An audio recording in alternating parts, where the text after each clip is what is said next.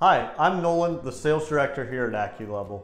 You may be wondering, why is my wall starting to bow? In this video, we'll talk about exactly what causes that and why it's happening. So when you're thinking about, hey, why is this wall pushing in? Why is it bowing in? There's a couple things that we think about.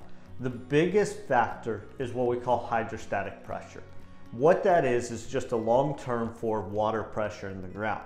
So a lot of times here in the Midwest, we have a lot of clays in our soil.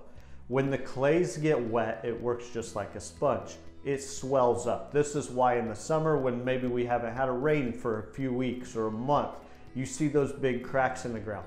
That's the clays working in the opposite effect. It's shrinking up and you're seeing those cracks.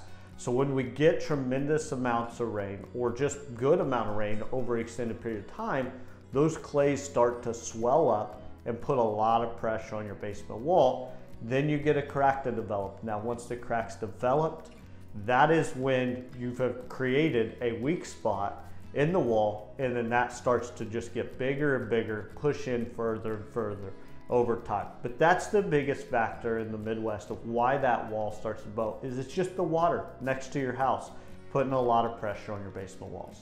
Thank you so much for watching. I hope this helped explain why your basement wall is bowing and why it's pushing in. For more information, see the link in the description below. Also, be sure to like and subscribe.